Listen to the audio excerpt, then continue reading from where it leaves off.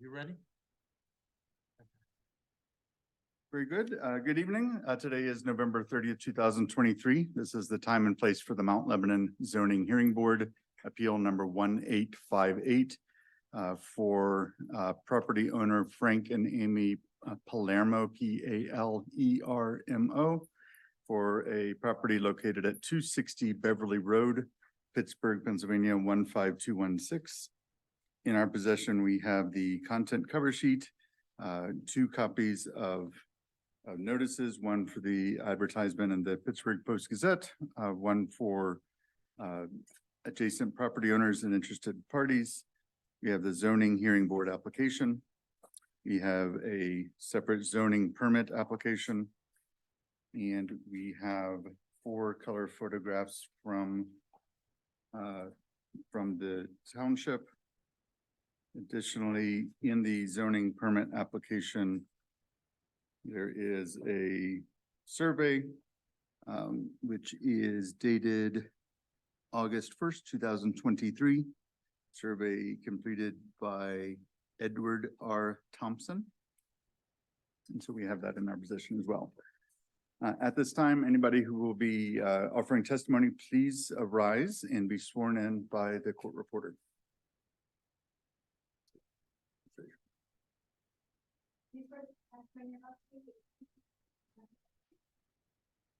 All right.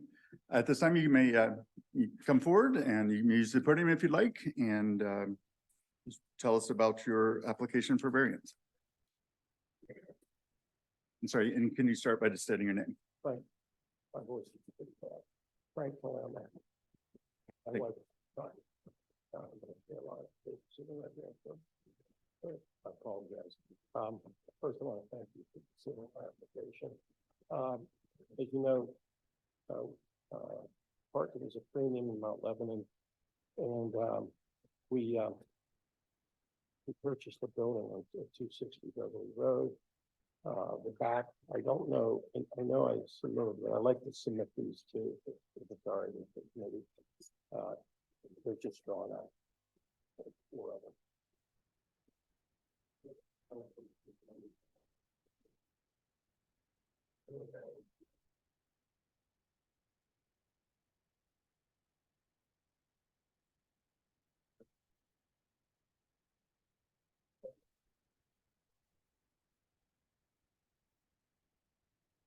The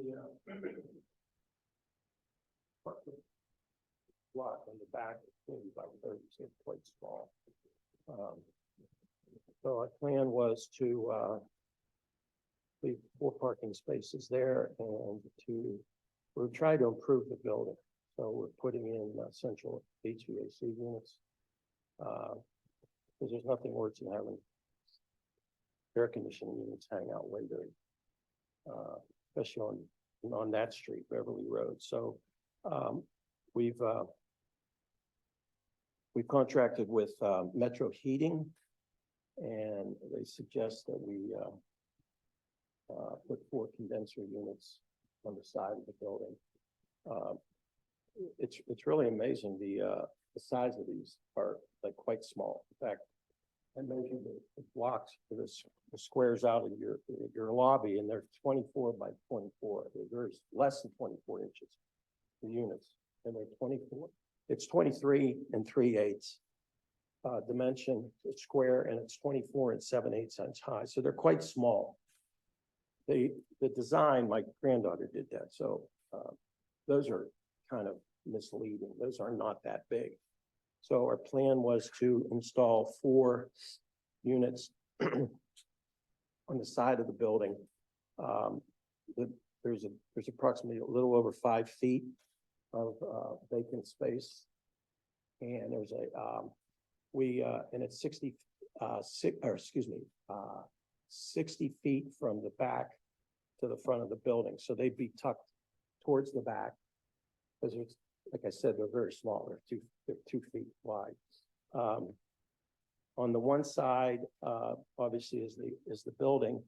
On the other side is a driveway with a large curb, and that driveway is for 256 Beverly, and that building is also owned by my wife and myself.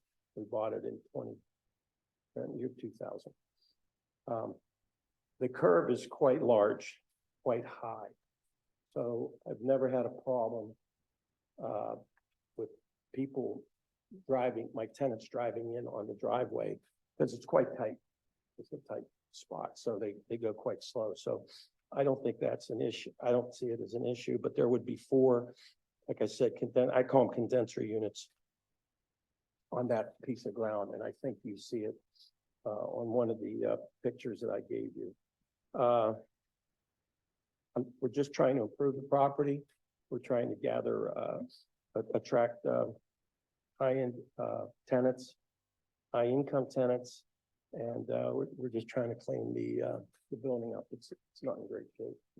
It's been neglected for a few years.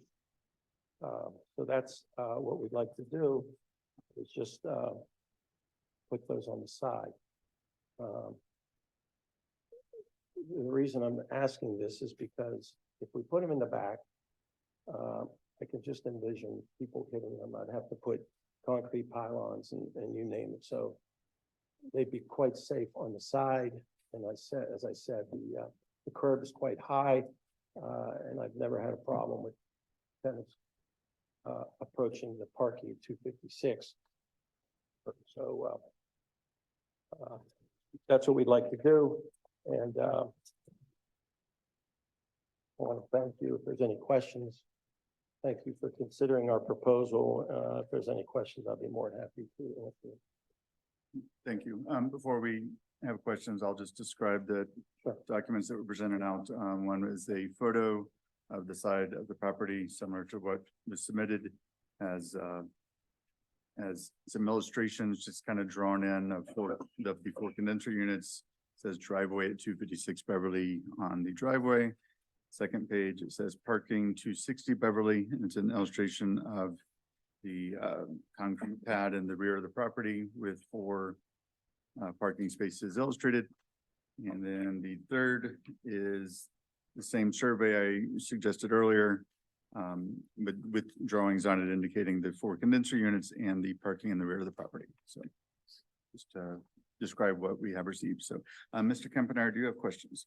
Yes, I do. Is the parking in the rear of the property current, or is that proposed? Well, the parking is there. The parking is there, right? Yes, sir. I mean, there haven't been a tenant in there in probably 2 years, if that's your question. And we'll have it lined off accordingly, you know. Yeah, my question was, is it presently parking? Okay. Oh, yeah. My next question is, the ordinance goes through 5 characteristics. You addressed it in the letter to us, but the first one is talking about the unique physical circumstances or conditions, including irregularity, narrowness, or shallowness of the lot size or shape, or exceptional topographical or other physical conditions peculiar to the particular property, and that the unnecessary hardship is due to such conditions and not the circumstances or conditions generally created by the provisions of the zoning ordinance in the neighborhood or district in which its property is located. What physical issue is with the property that is necessitating this? Well, in my opinion, the property parking area is 30 by 40. It's quite small.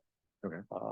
Obviously, if we put 4 cars back there with 4 condensing units, I'm afraid that I'll be replacing those condensing units with people banging into them, you name it. I'd have to really secure them quite well. And I see no reason why I just couldn't put those on the side of the building. They're not going to harm anything. There's no living, there's no quarters. There's the driveway at 256 and then the building. So I just felt that it would be wise to put those there, and at least that frees up a little bit of space in the back, because I have to build some compartments or whatever for the trash, 4 trash cans, recycle, things like that. And I already have that on the plan, and that would be against the rear of the building. And as you can see, the one space, I think it's number 1, it's pretty close to, it would really be parallel to where I'm building these, I call them container units for the refuse. Okay. I do not have those on the drawing. what we're gonna build. All they are is just slots to put, to put the containers in there instead of having it screwed all around.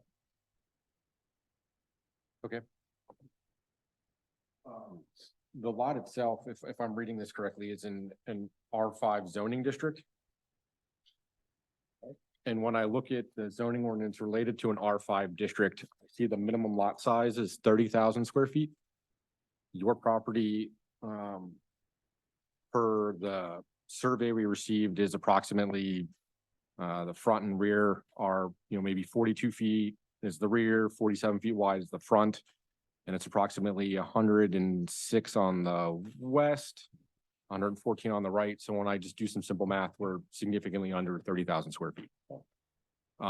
So from my vantage point, that would be a unique feature to the property, is it is undersized in terms of what the ordinance small. says. It's small. Okay. Well, I gotta get Plus back to the my page. wall, in the survey, Andrew, Yep. it kind of come back at an angle, and it kind of deters from a little bit more space. And believe it or not, 2 or 3 feet it would be quite helpful. Uh, To interrupt. yep. To build on that point, the minimum lot width in the ordinance is 80 feet. And yours is, the front is 47.29 and at the rear you're 42, so you're well less than 80 feet in width. So that also supports The that unique, first- yep. first criteria. Moving to the second criteria, Mhm. that because of such physical circumstance or condition, there is no possibility that the property can be developed in strict conformity with the provisions of the zoning ordinance, and that the authorization of a variance is therefore necessary to enable the reasonable use of the property. Could you talk about that just a little bit further? Like, why couldn't it go in the back? I'm not saying it could. Okay. I didn't say it couldn't. I just said it would be more beneficial to put them on the side where there's nothing there. It's a 5-foot wide path, almost or close to 60 feet long. It would just save future problems with, people hitting them. Mhm. And it would give me a little bit more space, for the parking, because it's tight as it is. And I have them on an angle, because I chalked them out before the weather changed. And it's still tight, because that second unit, or that second parking space towards the right corner of the building could be a little tenuous getting out, especially if the person in the first spot doesn't pull up far enough. So that's the reason. And like I said, those aren't cheap, so I just don't want to keep replacing them. And I'm just amazed at how small they are. Yep. Because normally they're like this, if you've seen them in houses and stuff like that. I was kind of, because they sent me the specs this morning, and I couldn't believe how small they were. It often just depends on the load that you need Yeah. for the cooling I mean, load, so it's- that they're dictates the small size. apartments, let's put it that way. The third item is that such unnecessary hardship has not been created by the appellant. I will grant you that the size of the property is what you bought. It just is what it is. Yep. The fourth one is that the variance, if authorized, will not alter the essential character of the neighborhood or district in which the property is located, nor substantially or permanently impair the appropriate use of or development of adjacent property, nor be detrimental to public welfare. Could you talk to the latter part of that? And then I'll just repeat it. The development of adjacent property. So could you talk a little bit about, obviously you're proposing to put condensing units almost basically on your property line. I understand right now you own the adjacent property, but you could sell it at some point. How would that not be presumably detrimental to the adjacent property with where they're located and noise? Well, because I think that, the driveway itself is kind of a buffer with, and then the building is here. There's no living spaces other than windows and bedrooms on that side. In the second and third floor there, to me, that's not a detriment at all. If anything, I can put shrubs up, to abut those, and maybe 4 or 5 arborvitae, that'll block the visibility of those units. That's the only thing I can suggest, but, I don't think it's a detriment, to anyone, because to be honest with you, if you tuck them back in there, nobody's gonna see them. Especially if I put maybe 2 arborvitae in the front and then maybe 2 or 3 on the side, just to block them if the board would consider that, but, I'm just trying to clean the place up and make it look, presentable. No one should. I would just caution, just know, condensing unit wants airflow to Mhm. operate, so just be careful of how close you put something next to it. Oh, we So will. definitely talk to you. I mean, Yeah. I'm a CPA, Yeah. believe me, I'm not doing it. And then the last criteria is that the variance, if authorized, will represent the minimum variance that will afford relief and will represent the least modification possible of the regulation at issue. How do you believe this is the least, or the minimum, I guess, the variance? Like, how would you address that question? The variance, I'll repeat it again, that the variance, if authorized, will represent the minimum variance that will afford relief and will represent the least modification possible of the regulation and issue. So how is this the least? Like, where are you proposing to put it? well, that's the, I mean, I could put them in the back, as I've stated Mhm. repeatedly, but, the least, I think the most ideal spot truthfully is on the side. Because, again, they're small units, they're not noisy, they're very small. And, it would just be a little bit of a detriment if I had to put them in the back, because it will infringe upon my parking. Not that we couldn't get 4 in, I'm not saying that. Hmm. But, knowing tenants, I would really appreciate the consideration of them, let me put them on the side, because as I said, the the driveway at 256 is very tight. There's usually small cars that are parked in the back. We have a carport back there. And I don't know if I'm answering your question properly, but I just think that that's, to me, it's not going to infringe upon anyone. Even my tenants in 256. Okay, well, I thank you for your answers. Yeah, no, I have no further questions. Mr. Robin? When did you purchase the property in question? August 30th of this year. This year? How many units? Four. Four. Or 1 bedroom.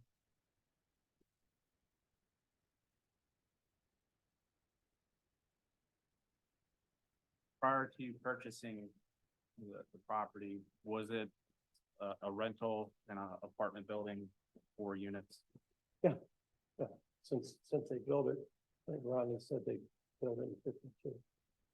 A married couple owned it. He passed away, Mr. Dvorsky. He owned it. She just couldn't take care of it. To your knowledge, it was always a rental unit, rental yes. property? Yes. Okay. Well, he had an office in there in one of the units, but I couldn't tell which one it was because truthfully, they were a mess. So, And that's all then I can tell you. in terms of the rear of the property, the exhibit that you provided us today shows parking. You mentioned that something else you have planned for the back? Oh, just some, I don't know what you want to call them, but you know how garbage or containers, I'm gonna build slots, wooden slots so they can put there, instead of having them thrown all over the parking area, just so I can get it more compact, that's all. And we're gonna build 5 of those. 1 for each unit and then the recycle.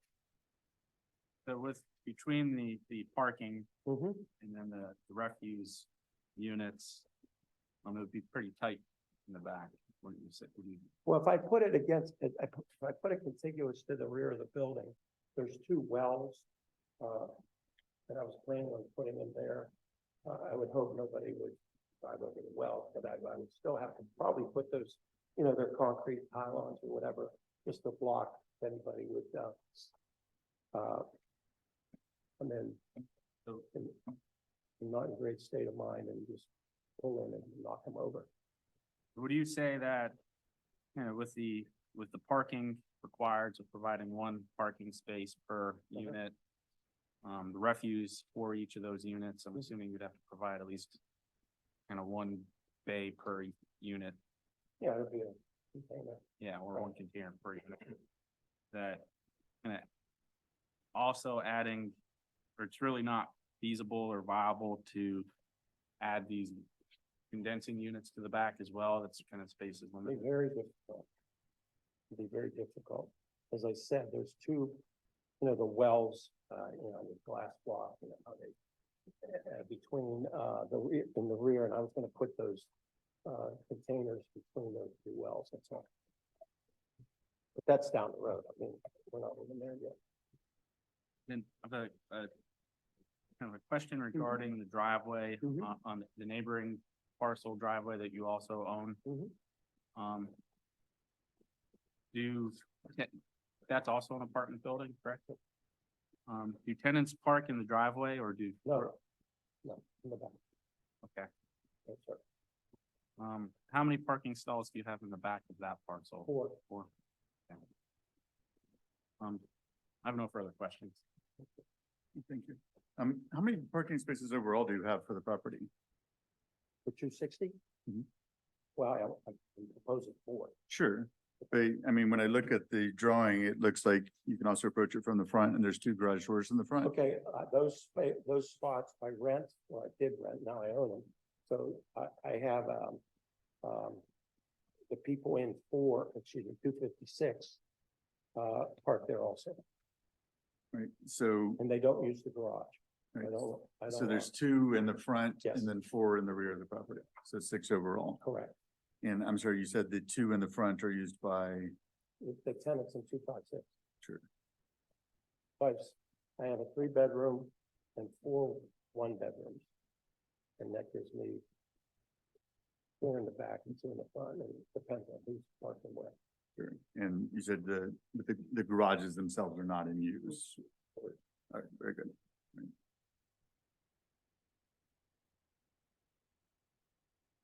All right, I have no further questions. Mr. Kempener, do you have anything else? I do not. Mr. Rother, do you have anything else?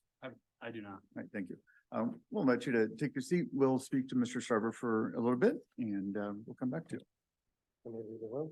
No, there's fine. Yeah, yeah. All right, Mr. Sarver, can you give us the municipality's position? Mr. Palermo approached the inspections office with a proposal of renovating this existing building. As Mr. Palermo said, the original permit, there's actually only one permit in the system for this building, so it was built and there's been no permits issued since it's been built, so it was originally issued on September 2nd of 1953. So it is a 4-unit building. The 2-car garage in the basement with storage and a utility space behind the garages. So just a point of clarification, the garages have to be used as garages. They can't be used for storage. Well, but they can't be used for storage without a variance because once you have a garage, you have to maintain it as a garage or you can't use it as another use.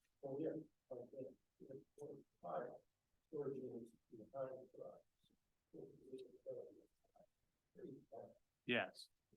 Yeah, that's fine.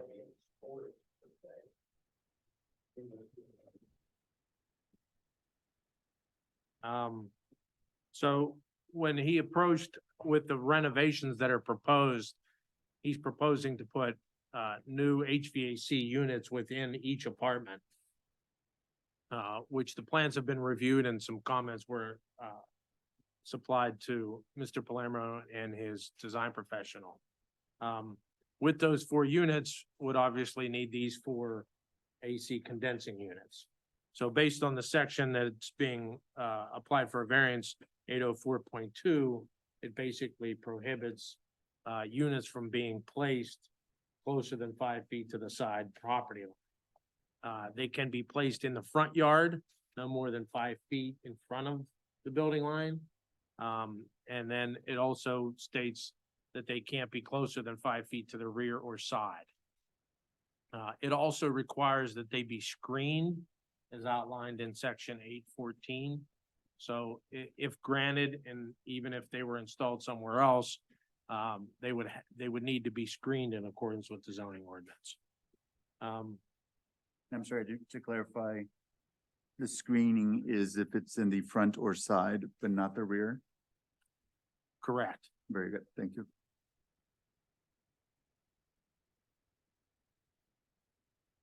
So Mr. Palermo basically decided to apply for this variance tonight, which he presented his testimony on. If you look at the 4 pictures that I supplied with the application, it sort of mimics the first photograph that Mr. Palermo submitted tonight, looking at the driveway of 256 to the side of the property, just without the rendered air conditioning units. And then the back, you can see in the photograph that I have, the 2 window wells that he just referenced. You can just see the tops of the window wells. I would assume those are basement windows, correct? That would be the mechanical, if looking at my photograph, looking at the back of the building, the right window would be from the mechanical area and the left would be from the storage area, correct?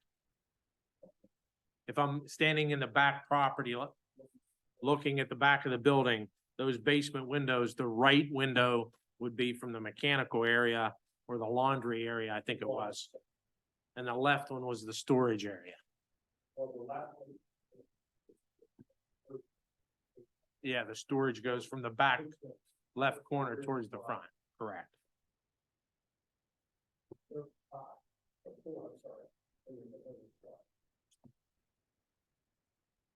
So again, Mr. Palermo applied for the variance, as stated tonight, due to the fact that he's requesting that they be closer than 5 feet to the side property. Trevor, is there anything about when you have like a basement window in the well, like how close you can park to it or anything, or any provisions about when you have a hole in the ground because it's a well, like, you know, any sort of clearance area around that? If there's a walking surface next to it, such as a driveway, then it should be protected so somebody doesn't fall down into it. Okay, So there can be a grate on top. If there was units in the back, the mechanical code requires that if they're in a vicinity, they need to be protected in a vicinity of like a vehicle traffic area. They have to be protected by a bollard or some type of device to protect them from vehicle impact. very good, thank you. And I don't know whom to ask, are these forced air units or are they split duct units? Forced air, okay, because I think that changes the size of the actual thing. So, all right, thank you. Mr. Campanaro, do you have questions for Mr. Sharver? Not at this time. Mr. Rothler?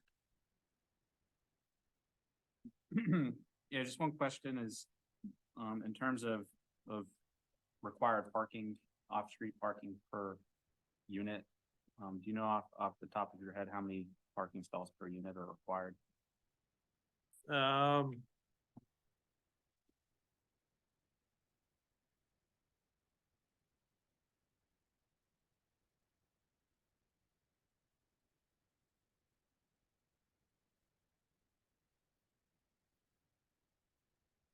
For multifamily, 1 per efficiency unit, 1 per 1-bedroom units. So I think Mr. Palermo said that they're all 1 bedroom. So you would need 4 parking spaces. So technically, the 2 garages and then 2 in the back. Because again, I don't know if the proposed sketched parking spaces as shown on the submitted survey with the 4 spaces in the back, I don't know if those spaces would meet the required dimensions of a parking space to be able to be placed as they are. So you could definitely get two in there, you know, with the two garages, that would be your four required. But I'd have to put a scale to it and see what's required.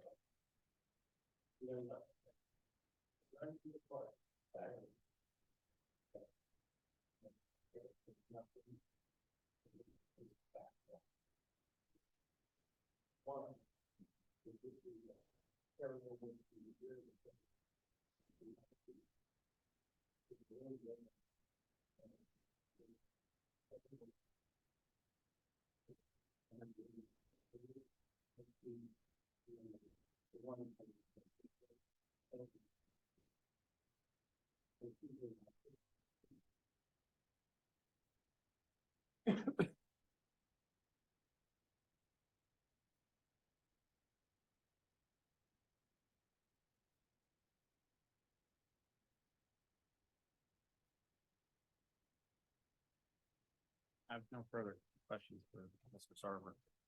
Thank you. Mr. Trevor, do you have, and I recognize you don't know the exact time, but if you were to guess about when this ordinance was to put in place, like a decade, seventies, eighties, nineties, you have, I mean, has it been around a while or is it more recent? I don't know how long it's been around. I know the ordinance before that required a 15-foot offset Mhm. minimum. So it used to be 15, at least for single family, I know that. But I don't know when it was revised to 5 feet. Sure.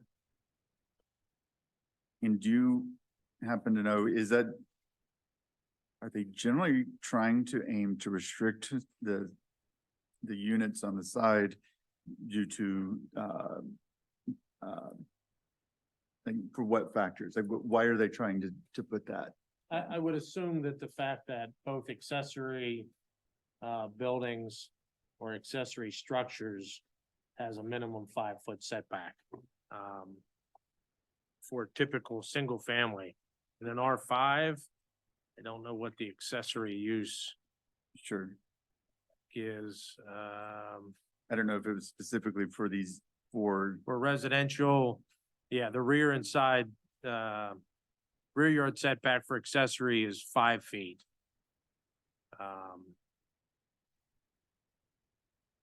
And a total of 15 for the side yards. So the side yards are being met, but again, 5 feet is typically the minimum side yard setback as well as accessory structure setback. So basically, this is, the ordinance we're looking at is almost a duplicate of the accessory structure setback Oh, requirements. again, I would assume that's where the 5 feet came from. Sure, very good. All right. I have no further questions. Mr. Campanaro, do you have anything additional? I do not. Mr. Rother, do you have anything additional? I do not. All right, we are now going to ask if there are anyone from the public who would like to make comments. If you are on the Zoom call, you can hit the raise your hand button and we can recognize you.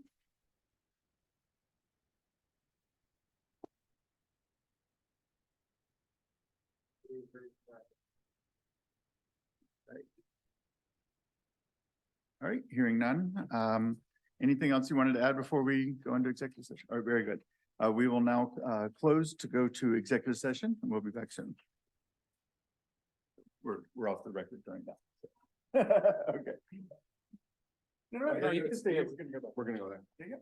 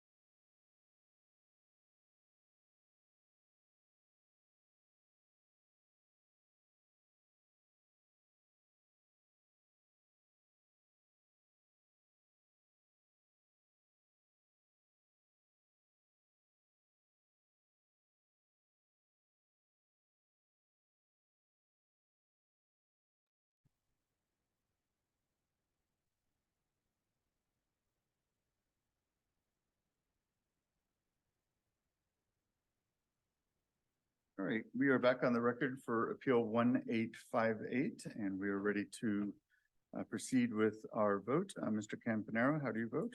I vote to deny. Mr. Rother, how do you vote? I vote to approve. And I also vote to deny. So with that, we are off the record and done.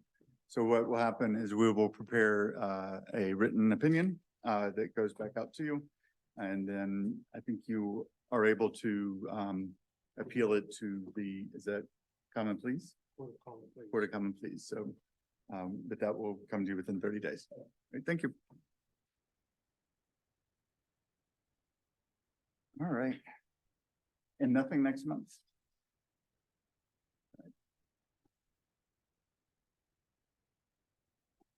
Thanks for coming out.